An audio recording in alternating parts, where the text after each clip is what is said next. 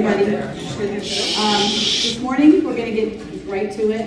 This is probably one of the biggest things that we have to deal with this coming up year is our medical plans. This is the first time in probably a decade we have officially come and actually do an hour and 20-minute presentation. And we really appreciate it, so thank you very much.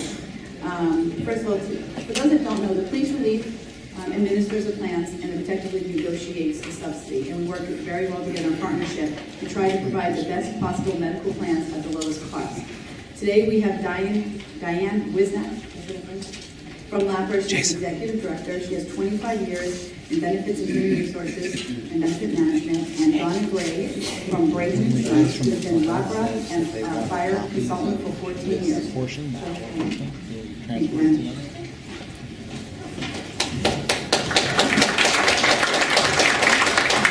Good morning, everyone. It's awfully early to be speaking to a crowd this morning, but I'm just going to say a few words. This is my first year as Executive Director of LAPRA, and I am happy to say it's a wonderful organization. We've been working very closely with Lee, as Tina said, to provide the best benefits we can to LAPD sworn and retired officers.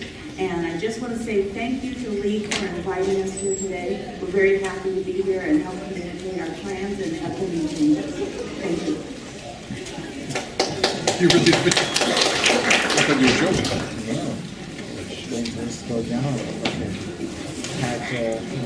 Good morning. Thank you all for coming this morning, and we're happy to give a presentation to you today about the medical plans that LAPRA makes available to all of the membership. And actually, you don't have to be a member of LAPRA to join the medical plan.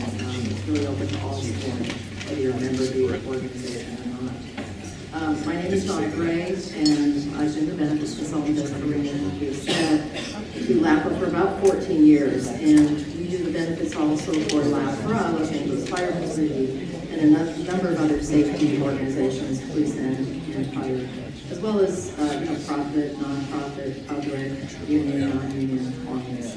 We predominantly work with groups that are very large, some of whom have self-funded benefit programs, and some of whom have fully insured benefit programs. But we're excited to talk about the LAPRA plans today. What I thought I would do is go through the presentation, and then we've left at least 30 minutes at the end for questions, and we would encourage you to ask any questions. Please don't walk away with your questions unanswered. If for any reason there's something we're not able to answer today, please email Karina and we will get a written response back to you. We want everyone to go away with all of your questions answered today. We'll go ahead and start the presentation. If you look at the plans that LAPRA makes available today, we really have three different benefit options. We have the Anthem Blue Cross Prudent Buyer PPO plan, the Anthem Blue Cross California Care HMO plan, and the Kaiser HMO plan. When I say Prudent Buyer next to Anthem Blue Cross, that really designates the network within Anthem Blue Cross that you have access to. And the Prudent Buyer is their largest nationwide network. It also includes what we call the Blue Card network. So if you're traveling outside of California, where the Prudent Buyer network is, you have access to the Blue Cross Blue Shield Blue Card network anywhere nationwide. And those networks exist in all states. The California Care HMO plan is only available to individuals who reside in California. And that California Care, again, designates the HMO network that's covered under that. Then we also have the Kaiser HMO plan. And I'll talk about the differences between those HMO products so that you understand them clearly, because there are really some significant differences between them. The Prudent Buyer plan, and again, PPO equals Preferred Provider Organization. So when we use that term PPO, what we're really saying is that Anthem Blue Cross has gone out and contracted with medical groups that exist within the community under a preferred relationship. So they've actually negotiated contracted rates with those providers out in the community. As I indicated earlier, the PPO plan includes provider access in every state. You have complete freedom of choice of providers. So you can choose to seek a provider that's inside the network where you have a higher benefit, Or you can also see providers that are outside the network, where of course you would have a lesser benefit. I'm happy to report that for the thousands of police officers and their family members that participate in this particular program, over 90% of our claim dollars are spent in network. So over 90% of those dollars are with preferred providers versus the non-preferred providers. Now, what sets this program apart, I guess, from some other products is that the providers in this particular network, the prudent buyer network, they are independent facilities, physicians, and medical groups that already exist within the community. So to give you some examples, Anthem Blue Cross has gone out and contracted with, for example, on the facility side, Cedars, Keck Medicine for USC, Children's Hospital. And then they've contracted with existing medical provider groups on the professional side. Groups like Healthcare Partners and Heritage. I know a number of you see physicians that are in Healthcare Partners. That's probably the largest medical group that sees our population. The Anthem Blue Cross California Care HMO plan, again, HMO stands for Health Maintenance Organization. This is a group model, which is different from the Kaiser model, and I'll explain to you what those differences are. Of course, an HMO has a more narrow list of providers that you can go and see. But under the group model, really Anthem Blue Cross, again, they've gone out and they've contracted with existing medical groups in the community.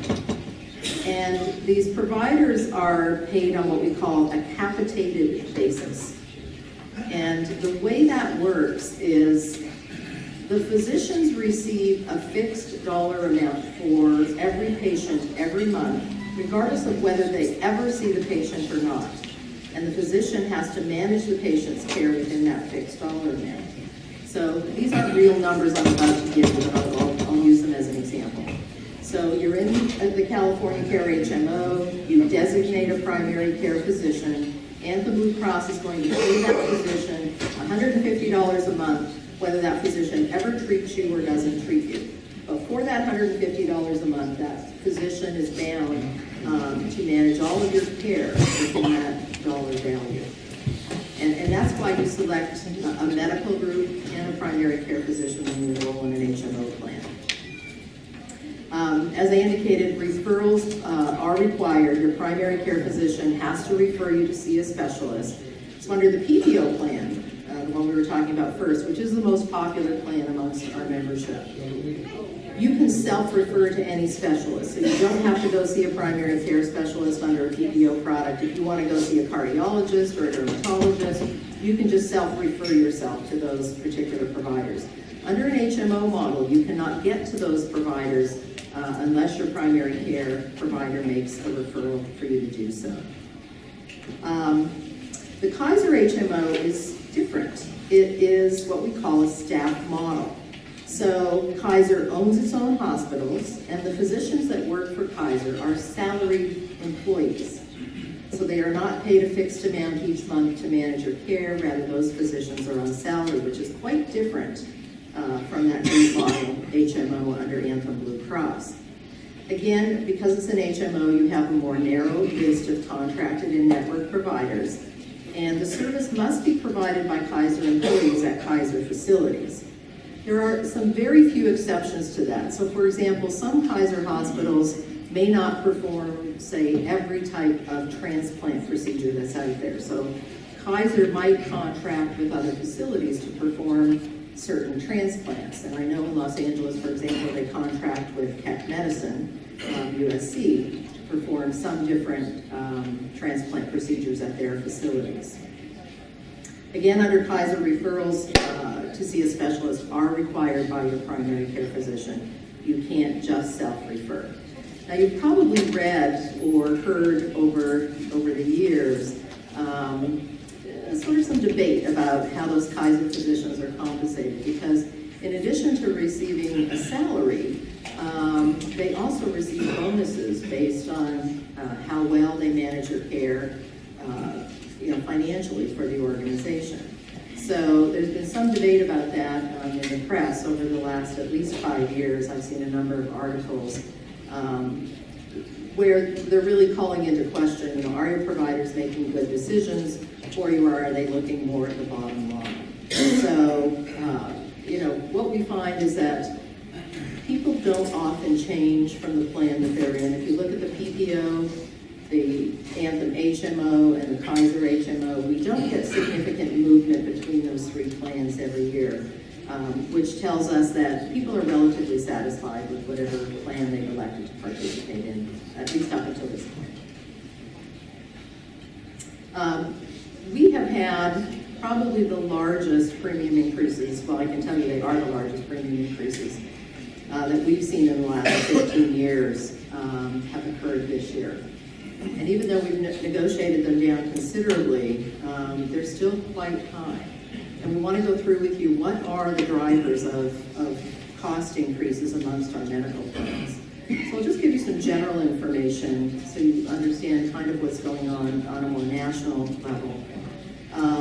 And the percentages that you see on this particular slide, the source of those is the 2016 Siegel Trend Survey.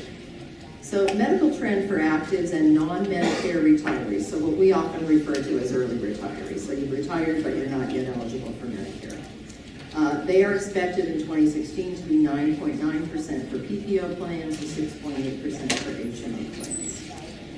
In 2016, the pharmacy trend rate for non-specialty medications for actives and non-Medicare retirees is expected to be 11.3%. That does not include all of these specialty medications that exist and those that are about to come to market as well. The trend for specialty medications, and a lot of those specialty medications are injectables, and I'll get into more detail about specialty medications in an upcoming slide. But the trend rate, meaning the inflation rate, just the cost of providing that benefit or that drug, if you will, is expected to increase by 18.9% in 2016. And trust me, we have a lot of members using specialty medications. I'll talk to you more about that later. Okay, so let me give you some facts about the pharmacy expense for the LAPRA plans. The LAPRA pharmacy costs are up from 2014 to 2015. They are up over 60%, 60. Let me talk a little bit about what we call a PBM, a pharmacy benefit manager. So if you look at Anthem Blue Cross, Anthem has negotiated a contract with a pharmacy benefit manager called Express Scripts. So if you're in an Anthem product today, either the PPO or the HMO, and you fill a prescription, it's using that pharmacy benefit manager Express Scripts and the pricing that Anthem has negotiated with Express Scripts. You may have noticed that about 18 months ago, the city of Los Angeles changed their pharmacy benefit manager also to Express Scripts. What we have noticed is that when members are going to the pharmacy, there is some confusion if you have a workers' comp claim and you're standing at the pharmacy and you're trying to fill your workers' comp prescription. There has been a great deal of confusion with the membership when they get to the pharmacy about filling that drug. Again, it's through Express Scripts, but is it under workers' comp or is it under the health plan?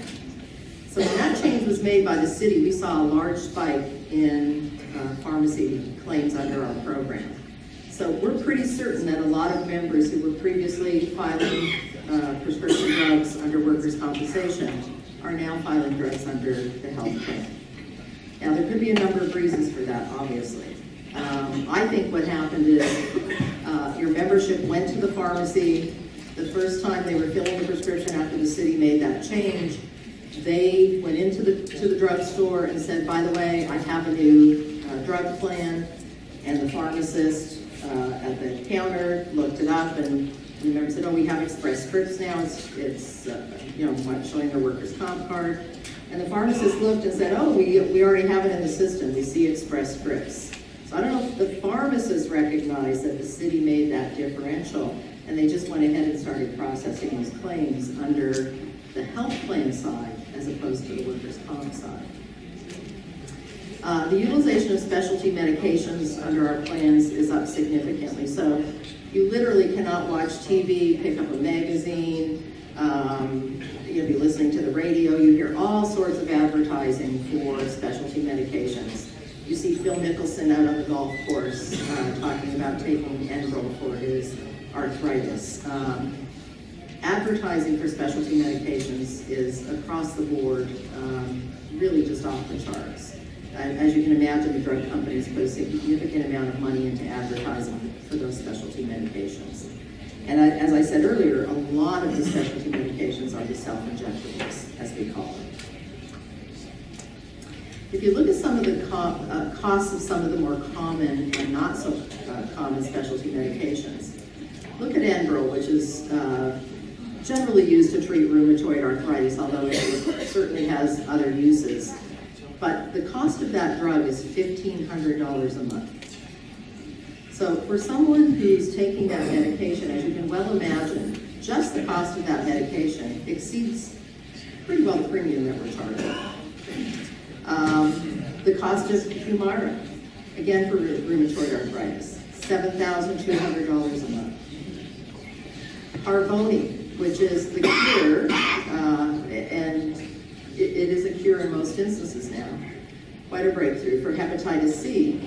Cost for that is a $94,500 price tag for a 90-day supply.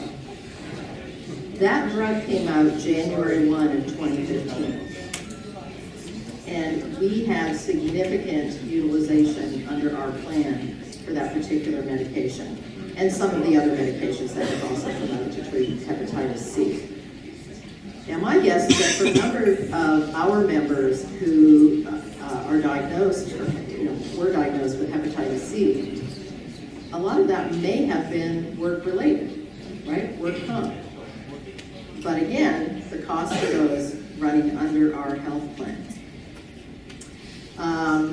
If you look at the new drug to treat melanoma, relatively new drug to treat melanoma, $30,000 per injection. The average cost for a 4-month course of treatment is $120,000 for that particular medication. And then you may have heard on the news recently that we have a new drug coming to market by the end of this year, again to treat melanoma, which they're looking at as a cure for melanoma. The cost of that is over $1 million for a 12-month course of treatment. Yes, there are 6 zeros up there. $1 million for a course of treatment. Now, you've probably heard on the news all the debate about drug companies and the cost of medications. And of course, you hear the drug company side relative to the cost of research and development, the R&D costs, bringing those drugs to market, etc. And remember, when these drugs are brand new to market, we don't have any generic equivalents out for some of these drugs, obviously, yet. So the only drugs available are brand name for some of these conditions. Now, if you knew that you had melanoma and there was a drug that was virtually a cure for melanoma, trust me, you would want that course of treatment to cost $1 million or more. And our plan covers that drug, and we'll cover that drug when it comes to market. So I think some of the costs of these drugs are very eye-opening when you're looking at them. And most people, when you go to the pharmacy and you fill a prescription and they give you your receipt, the receipt shows what you paid. It shows what your copay was. But it doesn't show the cost of the drug and what the plan paid for that drug. And we have many drugs, where the cost is over $5,000 a month for that medication that we're paying for. There's a particular drug out called, I think it's Factor X, that is used for children with a very rare blood disease. The cost of that medication is $44,000 a month. Now, you know that if your child had that particular condition, you would want that medication. We're trying to give you an understanding of what the cost to the actual plan is for that medication.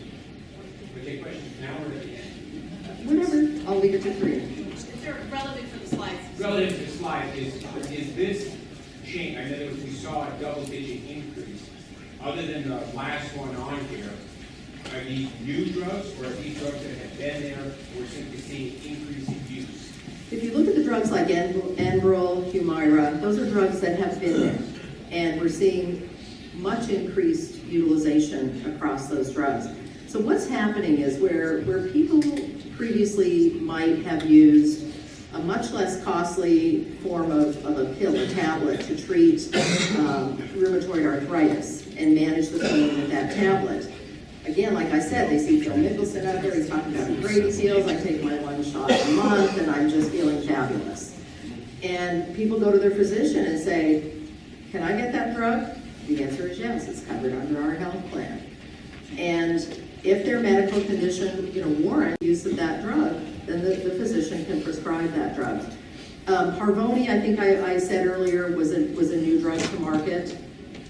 So that was relatively new. And then, of course, the ones for melanoma, one is at market, new, and one will be coming to market very soon.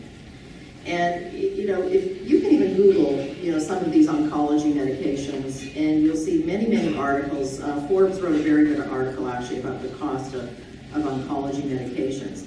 Now, again, you think about oncology medication. Cancer is a presumptive under workers' comp. So when we look at cancer claims for our membership, immediately we think, well, these should be covered under workers' compensation. And I'll talk about that more in a little bit as well, and some of our challenges in getting reimbursement on those workers' compensation claims.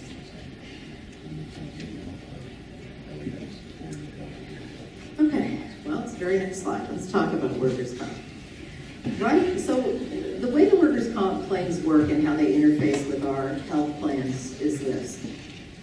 Our health plan, if someone goes to a physician or a hospital, they show up at the pharmacy to fill a prescription, we cannot deny a claim under our plan for being workers' compensation. There's a case on the books called the Silberg case, and we are simply prevented from flat out denying a claim. So if someone presents a claim for cancer, then we will pay the claim. What we have to do then is what I call pay and chase. So we'll in essence pay the claim, but we want the plan to get reimbursed because again, every claim that is paid under our medical plans contributes toward the premium cost. And members may have a cost share of that premium cost. And what happens is, members, you end up paying for your own workers' comp claims through your premium contributions and use of your subsidy monies that the city has allocated to you. So as of today, this is a very current number, it's about 10 days old, we have liens totaling almost $15 million on file with the city of Los Angeles. So what that means is these are just the Blue Cross liens. So what that means is our health plan has paid claims for presumptive, I'm going to take that back, a combination of presumptive and non-presumptive claims on behalf of our membership, where the city, in some cases, has already accepted the claim as a workers' comp claim, and in some instances, they haven't accepted it yet as a workers' comp claim, and that whole battle is going on. But in the interim, we're not going to deny services to members, so our plans will step in, pay the claims for those workers' comp claims, because we're not going to get involved in holding up treatment or care for our members. We have liens totaling $15 million on file. About 2-3 years ago, that number was up at about $15 million 3 years ago. And we met frequently with the city workers' comp department, David Noltemeyer, David Luther, Carl Moody from the city attorney's office. We had regular meetings with them to work on resolving some of these outstanding lien issues. When I say we, that really means our office working with workers' comp. Because of confidentiality of member claims, the LAPRA board never sees any member claims or diagnostic information on any member claims whatsoever. So our role is to go in and work with the city on resolving some of those claim liens that we have on file. And it's actually our office working directly with Anthem Blue Cross and workers' compensation. So of the $15 million that was on file about 3 years ago, those efforts resulted in the city reimbursing us over $7 million in a 90-day period of time. And in fact, the workers' comp department ended up having to go back to the council and request an increase in their budget as a result of having to reimburse us for those claims. What happens though when we get really large dollar claims? And some of these are very large. So we have claims on file with the city where we have filed a lien. I think our largest one currently is a little over $1 million. It's a big medical claim. These are very large dollars to our health plan. To give you some perspective, if you look at a $15 million claim liability, that's a 7-8% increase, 9% increase in our premium structure as a result of the value of those workers' compensation claims. So the numbers, again, back up to $15 million this year. So we have, again, resumed our conversations with the workers' comp department in trying to recover those. But every time we have to pay and chase a claim, we immediately lose 15 to 20% in legal recovery costs. Because we have to hire attorneys outside legal counsel that specialize in work comp recovery. And I say we, that's actually Anthem Blue Cross. But the cost of those, again, is passed on to us in the form of an expense to our health plan by Anthem Blue Cross. So whenever we have to pay and chase, we're only getting back 80 to 85%, 80 to 85 cents on the dollar, if you will, for every dollar that we spend. And some members actually intentionally use the health plan as opposed to filing a workers' comp claim. I mean, we know that, we've probably all heard of that. And quite frankly, I think some members don't want to deal with the red tape of filing a workers' comp claim. I think we've all heard some of the horror stories about how long it takes to get an MRI or how long it takes to get some services. And at some point, I think some members say, to heck with it, I'm just going to go through my medical plan because I can get the service within 24 hours. So I think part of it is, quite frankly, frustration. Another reason is confidentiality.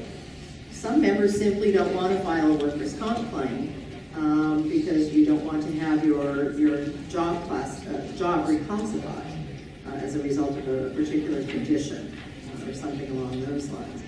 So members are using our plan for a number of reasons, but I think we really need to educate the membership and explain to them the impact of all of these workers' comp claim dollars on our health plan and what that equates to in terms of premium rates. Yes? So it's pretty clear about what you're saying, that the premiums are going up because of this, right? In part. This is one of the factors, correct. So let me just ask you this. If the membership can stop doing that, doing workers' comp, does that mean that the premiums are going to go down? The membership? So let me explain how that works. The question, I don't know if you could all hear it, was if you can talk to the membership and we see a drop as a result in workers' comp claims, does that mean the premium cost will go down? If we didn't have medical inflation, the answer to that would be yes. But let's say we're looking toward 2017.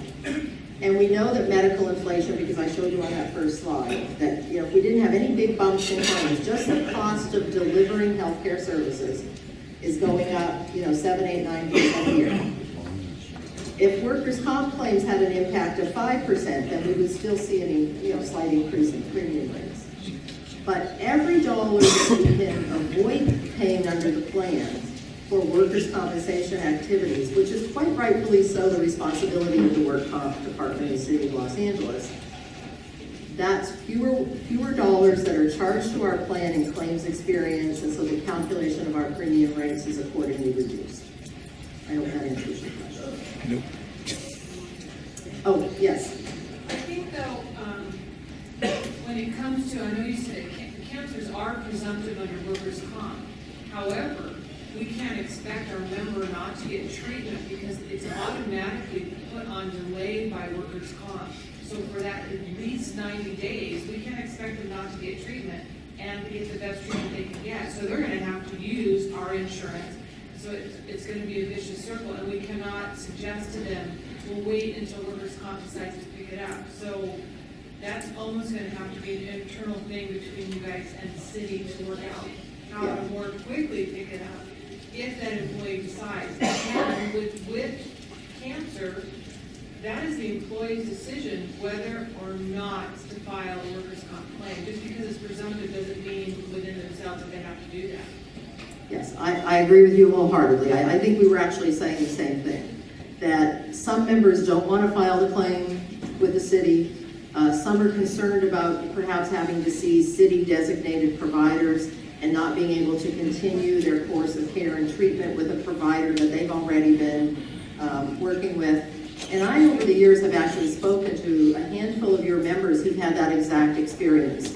So they are diagnosed with cancer, they identify a provider for treatment, they start seeing that provider, they've simultaneously filed a workers' comp claim. The city comes along and says, okay, we will accept this as a workers' comp claim, but now the city wants to get involved in controlling all the care. And sometimes the city says, well, we want you to see this provider over here.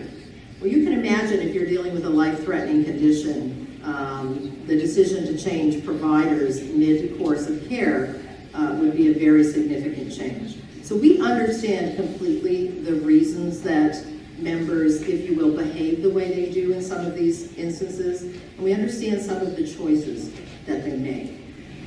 But again, I think that education process of, we have an officer, say, who injures his or her shoulder on the job. The city's saying, well, it's going to be 2 weeks before we can approve an MRI, or 3 weeks before we can approve an MRI, which always baffles me because that ends up costing, as you know, the city a lot of money because they have to backfill a position. You talking about that person out for a couple of weeks. It's really a vicious cycle, if you will. But members get frustrated and say, to heck with it, I'm just going to my regular doctor, he can order the test and we can get on with it. I can get my MRI. We do understand the rationale and we're sympathetic to that rationale. I can stand up here honestly and say I would make some of those same choices as a patient. But what we need to do is really educate members about what that costs the plan. Because in some instances, members do have a different choice. And we really need to make sure that the city is picking up the cost for which they are responsible. And that's why we go through this entire process of what I refer to as pay and chase, and hire attorneys to file these liens and go after them. So I can tell you we resumed those discussions with the city, and we've already received in a week of talking with them about $150,000, which doesn't sound like a lot, but that's actually quite a bit of movement for them. But I have a question for you. Yes. Talking with the city about these, the pay and chase, do you ever see them, or have you seen them set aside in their budget an amount of money for the pay and chase?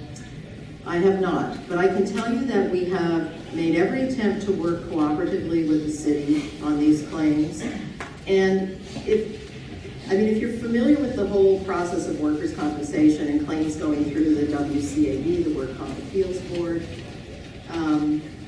there are many instances where, quite frankly, the Work Comp Appeals Board has charged the city penalties and interest for not having paid our claim on time. We've always tried to work very cooperatively with the city, and we have, in many instances, and I mean many instances, waived those penalties and interest as a good faith gesture toward the city. But I can tell you that we just authorized our attorneys representing the plan to no longer waive the penalties and interest until we see a complete shift in the attitude at workers' compensation to pay these claims promptly and more efficiently. Yes? If a claim is picked up by the city as a workers' comp, as an employee is still within the treatment, are they then forced out of the Blue Cross network and into the IOD realm of treatment? Well, what happens is the claim enters the work comp system, if you will. Now, are they forced out of the Blue Cross plan? what that really does is it removes the liability for the claim from the Blue Cross plan. Once the city accepts it and they're paying for it, actually paying for it. Because one thing to accept the claim is one thing to also be writing a check for paying those claims, and there's a very big difference. But what that does is sometimes the member doesn't have to change providers because they may already be seeing a provider that's in the city's work comp network. And so sometimes there's no change in provider, but sometimes members do face a change in providers. And I spoke to a member probably a year and a half ago. It was really a very gut-wrenching conversation. And she was very, very ill with cancer and said, I've been seeing this doctor for over 90 days. I don't want to change physicians. I think I'm getting the best level of care that I can. And she didn't want to change doctors. So of course we worked with her, we worked with workers' compensation to continue her level of care with that existing physician. Do they make that decision all the time? No. But I can tell you this, if you look at our PPO plan that again has that nationwide access, you can go anywhere you want to go. If you were diagnosed with a very serious form of cancer and there was life-changing treatment going on at the Mayo Clinic, our plan will pay for you to go back to we won't pay the transportation costs, but we will pay for your care at the Mayo Clinic. Because that's what our PPO plan does. We want you to have complete access to see any provider that you want to see. Yes, sir? What about the City of Hope? City of Hope is covered under our network. Yes. I can tell you though, I'm so glad you just said City of Hope because you just triggered a thought for me. In these recent conversations that we've been having with the city, we've also been talking to the City of Hope about a particular transplant claim. And the City of Hope is so fed up with billing the City of Los Angeles on the workers' comp side that they refused to bill the City of Los Angeles on this particular claim and would only bill our health plan directly. So I wrote a very strongly worded email to senior leadership at Workers' Compensation and also to Carl Moody regarding that. That it is quite a sad state of affairs in my mind when we have a major significant provider in the Los Angeles area that is so frustrated in interacting with workers' compensation that they refuse to even bill them and interact with them on the billing side.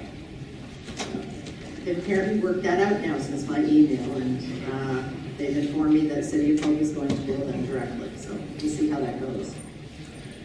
Let me just see if I've covered everything in this particular slide. Again, I think just the bottom bullet point there, we really have to encourage members to to file their work comp claims because it's not just the health insurance side, right? I mean, it affects your disability retirement, all kinds of things are impacted if you don't file a workers' compensation claim when you in fact have a legitimate claim to file with the City of Los Angeles. The Patient Protection and Affordable Care Act, PPACA. For purposes of our conversation, I'll just call it the ACA. But you've probably, lots of you heard it referred to as Obamacare and a number of other things. But let me talk to you about I have a question for you, Bill, for your last slide. Right here. Oh, sorry. Right here. Oh, sorry. got it. I know you can't see. On the... Was this on the prior slide? Yes, it was, on the workers' comp. I don't know if there's anything you can do. The problem is, recently I just got 4 worker comp prescription claim cards, but it doesn't say for which claim, and it's confusing. And so you don't know which goes for which medication, and so it's very confusing. They send you 4 at once, so here's your workers' comp medication cards. They don't tell you where, which one, and then the pharmacies don't even deal with it. So brought them all to the pharmacies, we can't figure this out either. We're just going to bill your normal PPO. I 100% agree with you on that. And when they made that change in pharmacy benefit managers so that they have the same pharmacy benefit manager that we do, and by the way, Fire also uses Express Scripts, not through Anthem Blue Cross, but through a different vendor. So police and fire have both been using Express Scripts for a number of years. So now the city decides they're going to change their pharmacy benefit manager to Express Scripts. But what you just hit the nail on the head. That's exactly what we're seeing. And what happens is, when you take that in, and it shows ESI, is what we call Express Scripts. And it shows ESI as the pharmacy benefit manager. You walk into your neighborhood CVS or your neighborhood mom and pop pharmacy, either one, whether it's a big retail chain or a small independent pharmacy. That person's going to look in the system and boom, they'll see ESI, but it's our health plan. And they'll say, oh, I see ESI in here, let me run it through that. All right?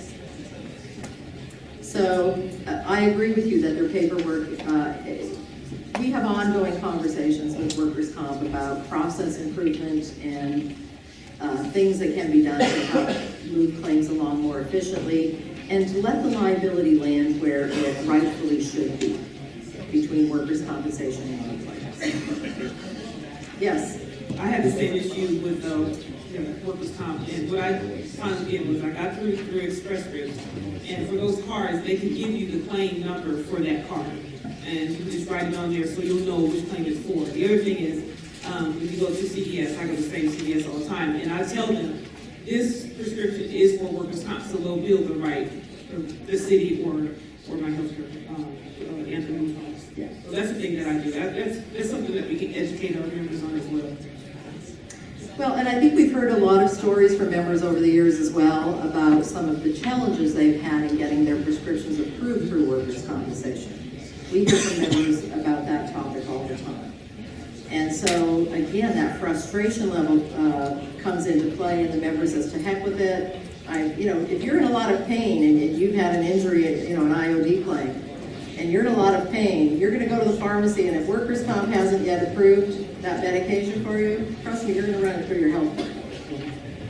And that, in fact, is where the expense lies. In fact, our number one drug in terms of dollar spend is pain medication under our plan. Number one. Okay. The Patient Protection and Affordable Care Act, Obamacare. Really, this set into play over the last 3 to 5 years a number of requirements that our plans have had to comply with that have added quite a significant financial burden, if you will, to the health plan. It started with the extension of coverage for dependent children to age 26, regardless of student status, marital status, or financial dependency on the covered member. Now again, if you look at most of these, they're benefits to the membership, but they all come with a cost. So you'll remember when your child had to be a full-time student and they couldn't be married and they had to have some financial dependency on you to be a covered dependent. That all went away. They're covered up to age 26 regardless of any of that status. And yeah, they don't even have to live at home. They can be married and living away, and they can still be a covered dependent under our plan. We had to eliminate any lifetime maximums, which that was actually a good idea. We had to include essential benefits with no patient cost share. So they have very clearly defined essential benefits, which for us is about a 7-page document of what becomes an essential benefit. A lot of them are wellness type benefits. So, mammography and annual well woman exams, physicals, those types of things. But we had to provide all of those with no patient cost sharing. So where before we might be collecting a copay or a 10% coinsurance, that all went away. The plan has to pick that up 100%. We've had to pay significant fees and taxes. You've probably heard on the news that this Affordable Care Act came with a lot of fees and taxes. They put on what we call a special insurer fee, which for our plans comes to roughly 4%. So our premiums, just with this included, not even the claims impact, just the insurer tax, 4%. That's a 4% bump in our premium rates right off the bat, again, without any of the claims impact of these plan design changes. There's a lot of reporting, and more reporting that we have to do, filing documents with the IRS, telling them who has coverage, who doesn't have coverage, information going on employees' W-2s, all of that. And then, of course, we have the Cadillac tax, which was originally slated to take place on 1/1/18, which will now take place on 1/1/20. And I'm going to talk to you about that Cadillac tax in a little more detail on an upcoming slide.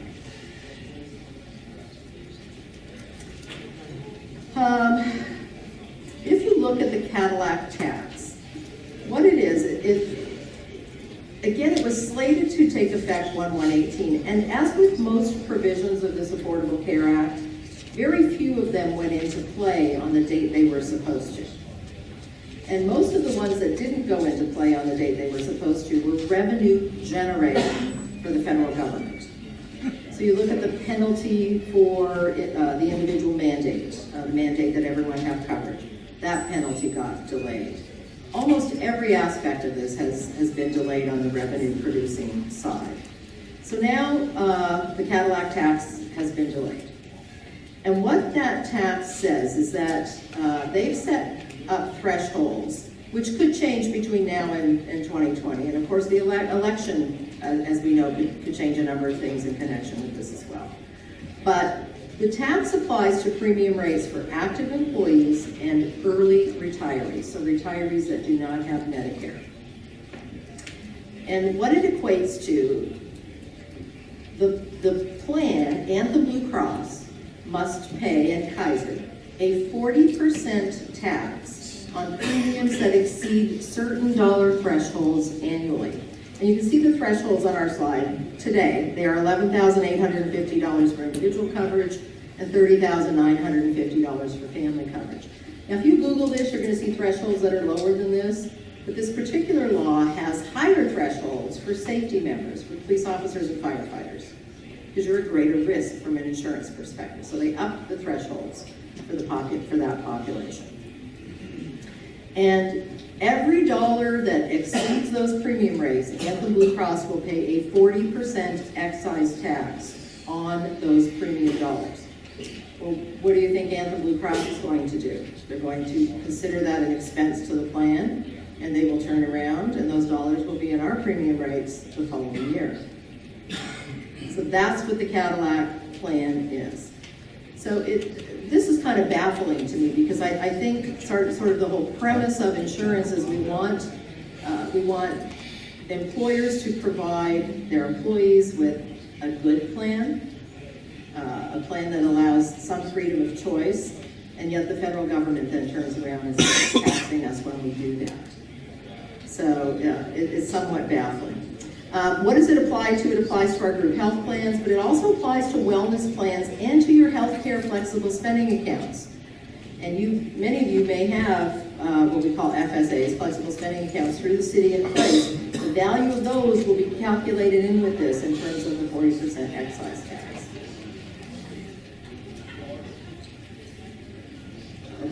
Yeah, Karina just asked me to let you know that this presentation is being videotaped and will be made available to you, and the slideshow will be made available to you as well. What is the present cost of our plans? The present cost of our plans is slightly below these thresholds. Okay, so we're not there yet. But if I factor in an increase for next year, and by the time we get to 1/1/2020, there is a good chance that we will have premium rates, some premium rates in excess of these thresholds. But again, I think this entire piece of the ACA and what those thresholds are could be changed significantly as a result of the upcoming election. And it could be deferred again, we don't know. Yes?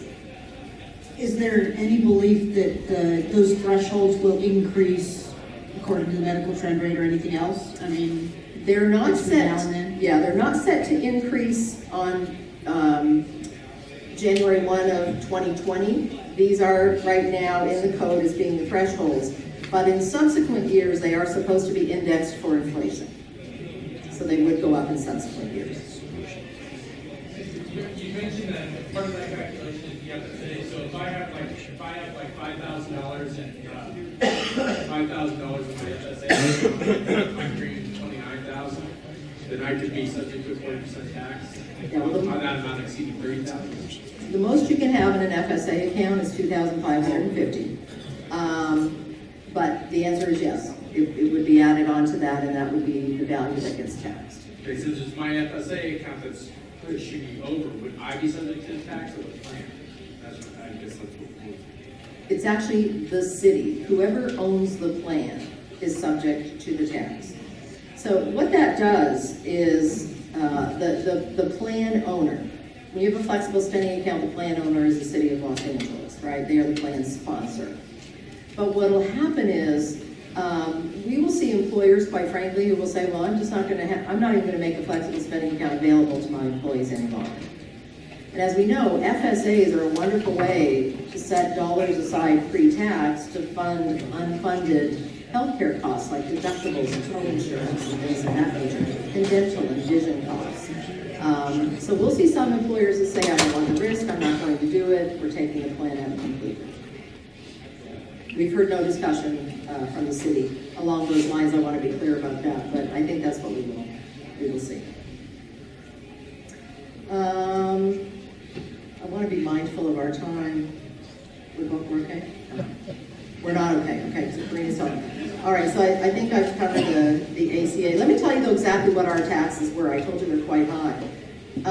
This was our 2015 tax that we actually paid under the Anthem Blue Cross PPO plan. We paid $4,174,000 or 3.94% of the premium. And under the Blue Cross HMO, 4.24% or almost $1.9 million of the total premium cost. And again, 100% of that tax is included in our premium, overall premium cost. And that's all billed, over $6 million to our premiums. This is a really important slide because this tells you what happened. These are real numbers. What happened to our claims between 2014 and 2015? Our inpatient costs, and I'm giving you hard dollars here, but I'm only going to reference the percentages as I'm talking about these today. Our inpatient care went up 26.77% under the PPO medical plan. Our outpatient care, real dollars, went up 15.2%. Physician services up 11.76%. High-cost claimants. A high-cost claimant is someone who has a claim over $50,000 during the course of the year. That went up 22.82%. So the number of people having $50,000 in claims paid, not claims incurred, claims paid, after the PPO discount, up 22.82%. Medical claims up 25.87%. Pharmacy claims, 76.25% increase. And I can tell you the lion's share of that is those specialty medications I was talking about earlier and the use of those specialty medications. The reason I'm sharing this with you, in particular about the medications, is because as you'll see, we're going to talk to you about some plan design changes we're making. It's quite understandable that we couldn't continue at the pace that we are in terms of increasing healthcare costs, so we needed to make some plan design changes to help offset this. Under the Anthem Blue Cross HMO plan, our medical claims went up 9.46%. Our pharmacy claims were up 54.63%. Remember that slide I showed you at the beginning that showed sort of national healthcare trend rates? You can see that our population and our location in Southern California, where the cost of healthcare is quite high compared to other parts of the country, because some of the premier providers of medical services are located here and we have access to them. Our numbers look a lot different than national numbers because of where we are, what your occupation is, and everything that goes into that. We're making some plan design changes. I'm going to have a hard time reading this one. I might be looking up here at the chart here. But in essence, we are increasing the deductible under the PPO medical plan. Is going up from $250. And today that $250 deductible is a combination of when you're seeing PPO and non-PPO providers. So now we're going to split that deductible completely. We'll have a separate deductible for PPO providers, a separate deductible for non-PPO providers. So the deductible for PPO providers will be $300, and the deductible for non-PPO providers will be $500. And I am having a hard time seeing this next one, so I'm actually going to walk you up. Yeah. Yeah, that would be great. Thank you so much. Thank you. Okay. Let me come down here just so I can read. If you take a look at the out-of-pocket maximum, that's the maximum that limits your out-of-pocket expense. So when you pay your deductible and you're paying your 10% co-insurance if you're seeing a PPO provider, the combination of your out-of-pocket expense is what applies to that out-of-pocket maximum.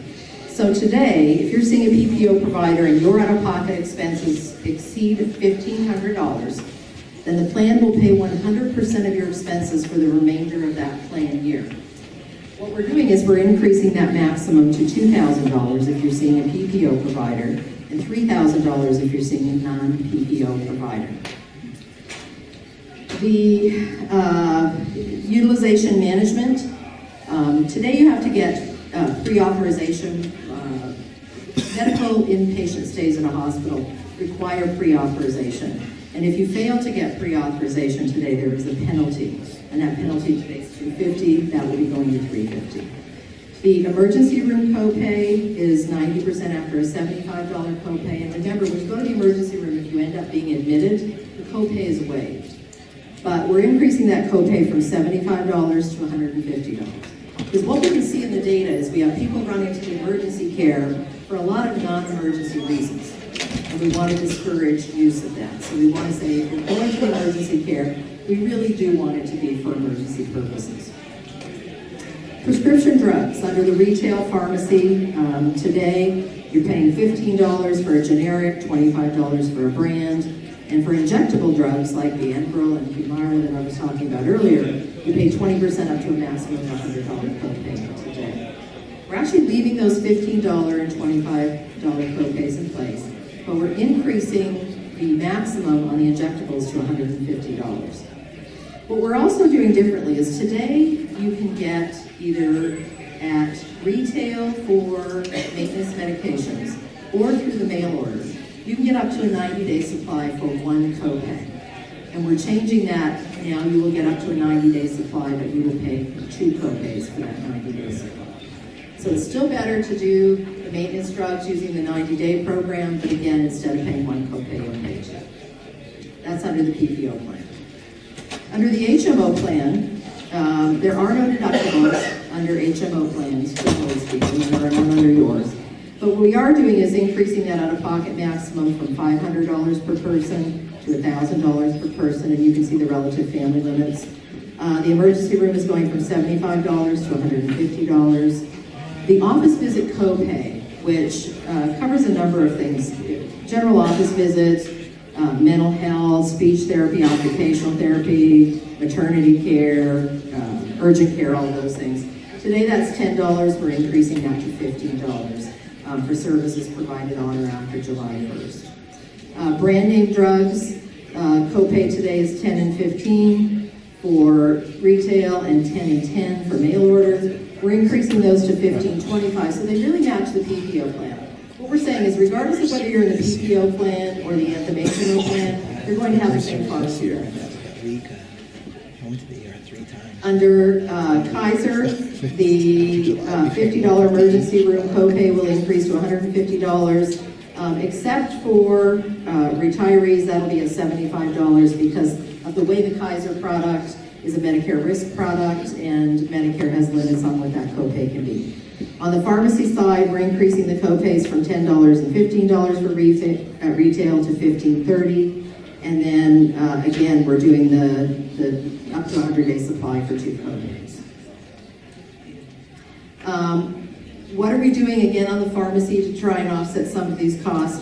We're implementing what's called a split fill drug program. So those specialty drugs I was talking about, what we can again see in the data is sometimes someone will have a specialty medication that they're prescribed, and we basically see them taking that medication in the data, and then boom, it stops after about 10 days. And the doctor will prescribe a different medication and start them on that. Some of these drugs cost $8,000 to $10,000 for a month. And we don't want that medication being wasted, that cost being wasted, if in fact the drug wasn't effective for that patient and the physician felt they had to change the patient's prescription, halfway through the month. So we're implementing a split fill. So members on very high cost specialty medications will only be able to get a 15-day supply initially. If the drug is working, we'll fill the next 15 days and we will not charge them an additional copay. We just don't want to buy the drug and have it wasted if in fact it wasn't working. So to me, this is a common sense change. We're expanding the step therapy and prior authorization programs. What we want to do is put some steps in place. Step therapy is exactly what it sounds like. We want to put some steps in place that will basically say you have to try this course of treatment before you go all the way to that $8,000 medication. Because for many people, quite frankly, their condition could be managed by, say, a less costly medication. And we want to make sure before they go straight to Enbrel that something, a quarter the cost of Enbrel wouldn't have treated their condition equally well. If in fact they end up qualifying for the Enbrel, then they'll eventually get that. But they have to go through some step therapies and prior authorizations. Yes? The step therapy, isn't that the same problem that we're having with our elderly patients? That we're making us go through all this easy stuff before we can get the treatment that we actually need? It's the same concept, let me put it that way, but I can tell you that under our plan it works much quicker. It's not going to be the same process that workers' comp uses. And we already have, by the way, step therapy programs in place today.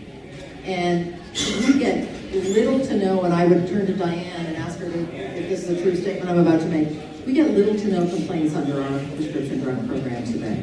And we actually have some step therapies in place already. When someone, our turnaround time for these prior authorizations and step therapies with ESI, we've made them commit to a timeline and a penalty level if they don't perform. So the turnaround time is very fast. We're talking 24 to 48 hours. Member cost share. So this is member premium contribution. And as we look at these numbers, I just want to make a statement that I looked back in preparation for this over the last 10 years, and members were contributing for family coverage as high as, I think it was $78 over the course of the last 10 years, $78 per pay period.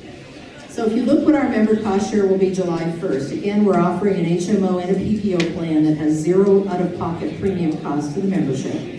That's the Anthem Blue Cross PPO plan and the Kaiser HMO plan. If you have full family coverage on the Anthem Blue Cross plan, and I have to tell you, we don't have a ton of enrollment in that particular category. I would say less than 500 members are impacted by this. You have to remember, we have upwards of 15,000 members covered by these plans across the board. There will be an out-of-pocket premium cost per pay period of $28.04 under the Anthem Blue Cross HMO plan. I want to talk to you about subsidy. Today, the city pays an active subsidy of up to $830 for single coverage. That will be going up to $870 as negotiated under the MOU, starting 7/1/2016. And today, anyone with family coverage is paying, the city's paying $1,230. That will go up to $1,290. So there's roughly a 5% increase under both of these categories. I just wanted to touch base with you on the subsidy for retirees. As you know, LAPRA, Fire and Police Pensions, they set the amount of that subsidy. And they can set up to 7% without having to go to council. But they had an actuary do a study for them probably 3 years ago, and the actuary predicted what inflation rates would be over the course of the next 5 years. That report includes a 6.5% inflationary rate for this year. So the most they can go up this year without having to go to council is going to be that 6.5%. My understanding is that is what staff has recommended, and we're hopeful that that's the action the board will take at that May board meeting. But as you know, we have what's called the frozen and the unfrozen subsidy. So we're very short on time, but because this is such an important issue, I checked with Maria Costa and Lou. At 9:15, we're supposed to have a break. They said we can go from 9:15 to 9:30, and we can take a quick 10-minute break, and then thank you, Maria, for giving us 15 minutes for your presentation, if that's okay with you guys, so we can keep going. Is that okay with everybody? Because this is really important. This is about the 2% retiree medical subsidy, the letter of agreement, and how it impacts our members. And we can talk about that, any other questions afterwards, but if you're good, we'll still continue to go through. Everybody okay with that? Yep, yes, go ahead, Dawna. Thank you. Okay, great. So you're all aware that for the 2%, you have the choice of opting in and paying 2% of your salary in exchange for having an unfrozen subsidy amount in retirement. If you opted not to pay the 2% of salary, then your subsidy in retirement would be locked into what the subsidy was in effect on 7/1/11. Okay? Now, subsidies vary on the retiree side by whether you're an early retiree, so not enrolled in Medicare, a Medicare retiree, or a surviving spouse, a survivor subsidy, basically. The way the subsidy is calculated today for an unfrozen subsidy is it takes your years of service times 4% times the subsidy maximum. So today the subsidy maximum is $1,435.13. We're hoping that'll be going up to about $1,528, as I'll show you here shortly. I think I've already covered this, but this slide does give you the number of what the subsidy will be increasing to. We hope on July 1st that the maximum for family coverage under the retiree side will go from $1,435 up to $1,528.41. But that won't be determined for another 10 years. I can't give you a definitive number tonight. Yes. I actually have a slide, and you'll see exactly what those frozen amounts are. Yeah, exactly. Now, the unfrozen maximum subsidy for those with Medicare is tied to the Lacer's Kaiser premium, and it's adjusted each January 1st. And we always need to be careful when subsidies are tied to a plan that we don't control, right? We have no say, we have no control over that Lacer's Kaiser plan. So Lacer's could change the design of that Kaiser plan and significantly cut the benefits, causing the premiums to go down, which would cause our Medicare retiree subsidy to go down. That's exactly what happened January 1st of this year. Our Medicare retiree subsidy went down. It's only gone down 2 times in the last, I think, 15 years. This was the second time it went down. It was January 1 of this year. So for the non-Medicare retirees, the subsidy changes each July 1. For the Medicare retirees, it changes each January 1st. So we have no idea what will happen to that Medicare retiree subsidy on January 1st of 2017. We have our fingers crossed that they won't be making plan design changes. The maximum unfrozen again today, $1,435, should be going to $1,528.41. The unfrozen Medicare subsidy is $487.71. Prior to it going down, I think it was $528 last year in 2015. But with that reduction, and what that means for those retirees, that whole amount is coming out of their retirement check. The whole differential in that is deducted from their retirement check. Again, the next unfrozen subsidy Medicare will change on 1/1/17, and we don't know what that will be. So, members with an unfrozen subsidy, members who entered drop or retired prior to July 15, 2011, and members who chose to opt in during the designated period are subject to the updated monthly subsidy at maximum of $1,435. So if you pay the 2%, you get the unfrozen amount. Now, if you had 20 years of service, $1,148.10 would be your maximum subsidy. That's 20 years of service times the 4% times the subsidy maximum of today, $1,435.13. So if you only had 20 years of service at retirement, it'd be $1,148.10. The difference in those, if your premium rate was higher, obviously would come directly from your pension check.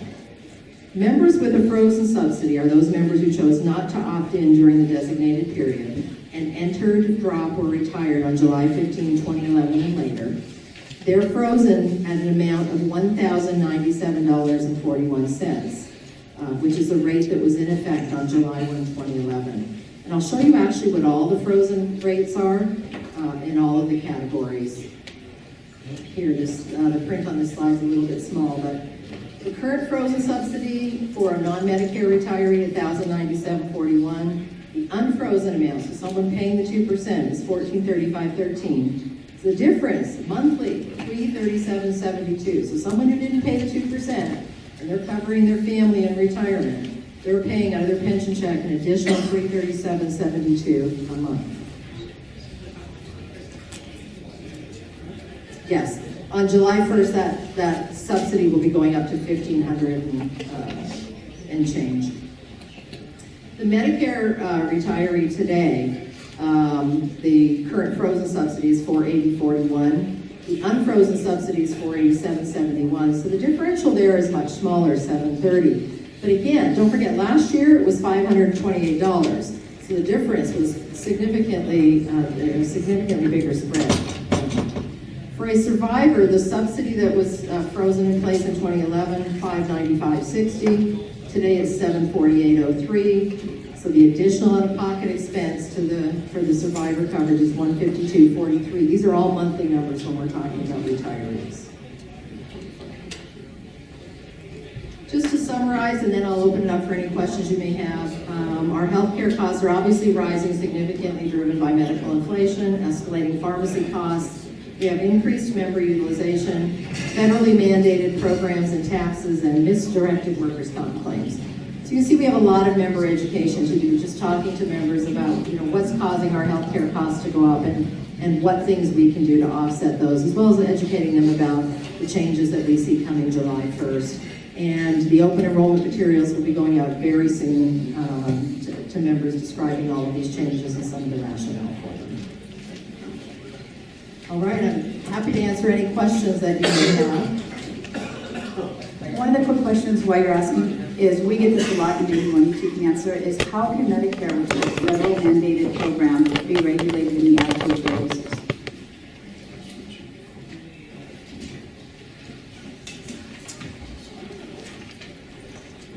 I got a question. Sorry, go ahead. I'll answer that question? Okay. Really, all LACERS has done is say, or really what the pension department has said is, we're going to look to the LACERS plans as being the standard for what we'll pay for Medicare premiums. So they're looking at that particular LACERS Kaiser product. Again, Kaiser is traditionally the least, or traditionally Kaiser has the lowest premium on a premium menu of all the plans. But again, it's because it's the most restricted plan. It has a restricted drug formulary.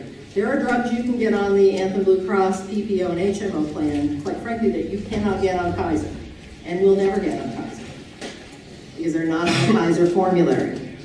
Under our PPO and HMO plans, we have what's called an open formulary, and so members have access to all the drugs across the spectrum. But directly to Karina's point, they've simply chosen that plan to tie the maximum to it. They're saying, well, if LACERS can provide a plan for that premium rate, that's the most we're going to pay. What they're forgetting, though, is that police officers are a very different medical risk, a very different claim risk from the general population. You have higher claims, you have more incidents of injury than someone sitting at a desk. You're just a very different population. If you weren't, why did the federal government set a higher threshold on the Cadillac tax for safety members? Because they expect safety member claims to be higher, which is why they did that. Did you have a different question? Yes, I do. So what is the Medicare age? I've heard anywhere from 62, 65, 67. So it actually depends on when you were born. Generally, we think of the Medicare age as being 65, but for me it'll be 67 because of when I was born, and I'm 60. So you really have to look on that statement that you get from Medicare each year. It'll have your Medicare eligibility date on it, or you can Google it and look at the dates because it's really staggered. People born now will have a much longer Medicare rate. They're looking at life expectancy, obviously, and that's what triggers the shift in those tables. Don't forget, though, you can be eligible for Medicare without being Medicare age, so to speak. So, we have people who become totally disabled and they qualify for Medicare much earlier. Or if you have end-stage renal disease, you'll qualify for Medicare much earlier as well. So there are a number of factors that can come into play there, besides age. What's the status? I know there's a bill, so when I go to an emergency room for emergency care, and all of a sudden I get a bill because the emergency doctor was out of the PPO pocket or wasn't part of the PPO plan. I know there's a bill trying to get passed in California saying that they had to tell you prior to being serviced by that doctor at that hospital if they're out of the PPO plan, because we have no idea. I mean, we certainly don't go in and say, excuse me, make sure I get a PPO plan, emergency care physician before I'm treated. Yeah, that's a big challenge because non-PPO doctors, and this is particularly true of emergency room physicians, if you think of the logic behind it, emergency room doctors say, well, I'm not gonna contract with any plan, because you're gonna get to see me one way or another anyway. So why contract for a discount? Because you're gonna show up at my door. And that's kind of the philosophy. So we have these small pockets of emergency room provider groups that have established themselves, and for the most part, a lot of them have said we're not going to contract with any plan. But plans are tied to amounts over what we call usual, reasonable, and customary. So if you see a doctor that's not participating in the program, what we're really looking at is their charge over what's called usual, reasonable, and customary. And a usual, reasonable, and customary charge is defined as what 90% of the doctors in that zip code are charging for that service. So when you have a provider charging over UCR, which emergency room physicians are notorious for, as are anesthesiologists, because again, you don't generally pick your anesthesiologist, they just show up for your surgery, right? But there are many bills in play that, there are a number of bills pending, and I honestly don't know that any of them will pass, and I'm doubtful that they will, and I want to be upfront about that. That will, in some instances, require those doctors to accept the usual, reasonable, customary fee. Under our Anthem Blue Cross PPO and HMO, you cannot have an amount over usual, reasonable, and customary. Our plans are fully insured, and by law, those providers must accept the usual, reasonable, and customary payment as payment in full. So the scenario you described, you should never have that scenario under one of our products. If you're insured by another plan, I can't speak to that, but that cannot happen under our plan because of the way we've structured them. Any other questions? Yes, sir. So this is kind of the protective league negotiates the benefits, you manage them. How does that work again? The protective league negotiates the subsidy, and LAPRA does the benefit plans. Is there a cost effectiveness to having two different organizations, or has there been any discussion of ever joining these two organizations, maybe including the fire department, maybe get a different bang for a buck, or to work at these activities? Yeah, so it's interesting because actually the pension department has talked about some of that in some of their meetings. If you look at, I think it's safe to say, and I have no problem saying to all of you, that firefighters are a better risk than police officers. Wow. And from a claims perspective. Now, they may have more cancer claims, oncology claims than police officers do, but generally speaking, on a per capita basis, they have lower claims experience. If you look at Los Angeles Firemen's Relief Association, their PPO plan, they don't offer a non-Kaiser HMO. They offer a Kaiser HMO at the request of the city just to make an HMO plan available. But their primary plan is a large self-funded PPO plan that covers, I would say, 95% of their members, if not more. Their plan pays 100% of everything in network, in the PPO column, but their premium rates reflect that. So their members are paying, a lot more money out of pocket than your members are on the premium side. I mean, their members have contributions, I think, in almost every single category today. And quite frankly, we're probably headed there too because of the cost of rising healthcare. But we'll see what happens with our claims experience. We're certainly hoping that some of the changes that we're implementing July 1st will positively impact that. And what about the protective league and the LAPRA? So every year, the League and LAPRA get together and talk about the renewal. So they definitely team up, I can tell you that. We've done some work for the League as well for negotiations, preparing some slides and documents that will provide, if you will, ammunition to them in the negotiations process. So we definitely work collaboratively and work together on plan design. I mean, we've certainly had, meetings with Karina and Joretta about the plan design and going over the rationale for making some of the plan design changes and getting their input. So they work very well together today. Yeah, Karina's going to ask. About 7 years ago, when Paul Weber was the president, we actually went out and had all the plans audited to see if it would be cost effective for us to take over everything. And at the end of the day, it was, the police relief was doing an outstanding job of doing the plan design and administrating.